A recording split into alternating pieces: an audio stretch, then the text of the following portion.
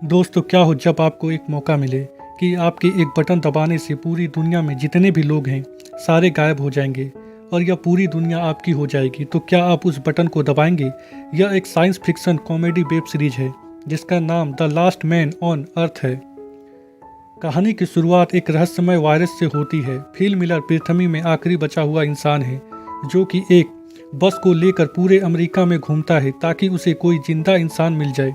वह हर एक स्टेट के हर एक शहर में जाता है और एक मैप में क्रॉस का चिन्ह लगाता है। पूरा मैप क्रॉस के चिन्ह से भर जाता है।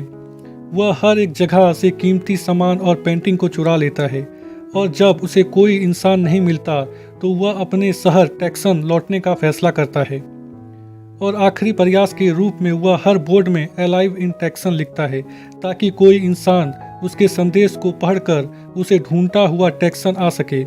फिल मिलर टेक्सन में सबसे बड़े घर को अपने घर के रूप में चुनता है और चुराए गए सारे सामान और पेंटिंग को उस घर में लगा देता है और अपने फैमिली को याद करता है। रात के समय वह गॉड से अपने किए गए कामों के लिए माफ़ी मांगता है और अपने लिए एक लड़की की मांग करता है। अगली सुबह वह अंडरपैंट में ही शॉपिंग करने के लिए जाता है। वह सुपरमार्केट के कांच को एक पिस्तौल से तोड़ देता है क्योंकि उसे पता था कि उसे कोई देख नहीं रहा है। वह हर उस काम को करता है जो कि एक नॉर्मल इंसान नहीं करता।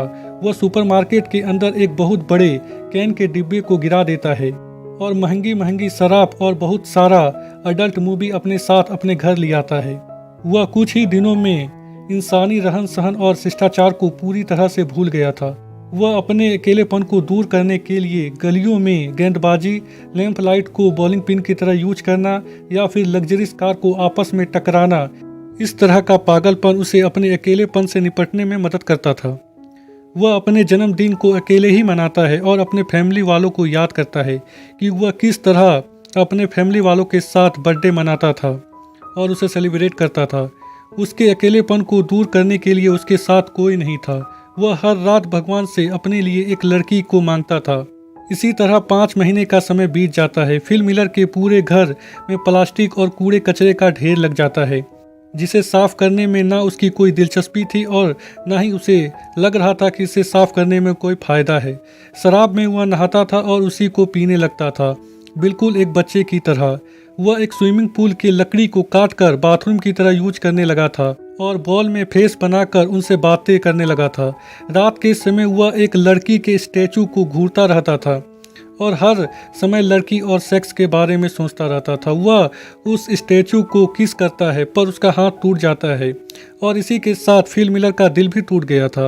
वह मरने का मन बना लेता है और वह अपने दोस्तों से हार मानने के लिए माफ़ी मांगता है और कहता है कि तुम लोग इंसान नहीं हो। और वह अपने कार को स्टार्ट करता है और एक बहुत बड़े पत्थर से अपने कार को टकराने जा ही रहा होता है कि तभी उसकी नज़र काले धुएं में जाती है। वह समझ जाता है कि वहाँ पर कोई जिंदा इंसान है, शायद कोई लड़की। इसीलिए वह अपने मरने का मन छोड़ देता है और सीधा उस धुएं की ओर जाता है जहाँ उसे कुछ ऐसा देखने को मिलता है जो कि वह सालों से देखना चाहता था। एक लड़की का बरा जिसे किसी ने सूखने के लिए डाला था। फिल मिलर उस बरा को सूंघने लगता है और बेहोश हो जाता है कि वह एक सुंदर लड़की के गोद में है जो कि उसे किस कर रही है। तभी उसे वास्तव में होश आता है और वह देखता है कि एक लड़की उसे किस कर रही है। वह सुंदर तो नहीं पर उम्र में उससे बड़ी होती है जो कि फिल मिलर को CPR दे रही थी क्योंकि उसे लग रहा था कि फिल मिलर मर रहा है। वह तुरंत उस लड़की से दूर हट जाता है और उससे कहता है कि वह सुंदर लड़की कहाँ गई। कैरोल उसे अपने अंडरपैंट को देखने को कहती है जो कि गीला होता है। फिल मिलर उसे कहता है कि मैंने अपने अंडरपैंट को गीला नहीं किया और वह कैरोल की तरफ बढ़ता है। यह देखकर कैरोल बंदूक निकाल लेती है और फिल मिलर मान लेता है कि हाँ उसने अपने पैंट को गीला किया था। कैरोल उसे बताती है कि अलाइव इन टेक्सन देखकर वह यहाँ पर आई है। ऐसे तो फिल मिलर हर रोज भगवान से लड़की मांगता था पर आज लड़की उसके सामने थी पर वह उतना उत्साहित नहीं होता। कैरोल फिल मिलर के साथ उसके घर देखने जाती है। रास्ते में फिल ट्रैफिक नियमों को नहीं मानता। कैरोल उसे कहती है कि हमें ट्रैफिक नियम को मानना चाहिए और ट्रैफिक में रुकना चाहिए पर फिल कहता है कि क्या फ़र्क पड़ता है, यहाँ पर तो कोई है ही नहीं। पर वह कैरोल को अच्छा फील कराने के लिए वह ट्रैफिक में रुकता है। पहले वह राइट देखता है, फिर वह लेफ्ट और फिर आगे बढ़ता है। कैरोल फिल के घर देखकर चौंक जाती है क्योंकि उसके पास दो पूल थे। उसमें से एक को उसने शौचालय बना रखा था और दूसरे को कूड़ा फेंकने का जगह। कैरोल उस पर पेंटिंग चुराने का भी इल्जाम लगाती है और जब कैरोल उससे मैगजीन के बारे में पूछती है तो फिल सीधा सीधी कहता है कि यह सारी मैगजीन अडल्ट है जिसे वह खाली समय में देखा करता है। फिल कैरोल को वहीं छोड़ देता है जहां से वह कैरोल को उठाकर अपने घर लाया था। अगले दिन जब फिल उठता है तो वह देखता है कि कैरोल उसके घर की सफाई कर रही है। फिल बोलता है कि किसी के घर को साफ करने से पहले उससे पूछना चाहिए। कैरोल कूड़े को वहीं फेंकने लगती है। फिल उसे रोकता है।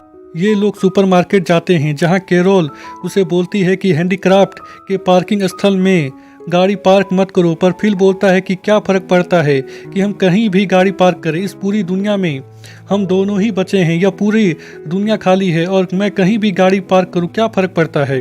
पर कैरोल नहीं मानती, उसे सही जगह में गाड़ी पार्क करने को कहती है। फिल को गुस्सा आ जाता है और वह सुपरमार्केट के अंदर गाड़ी को पार्क कर देता है।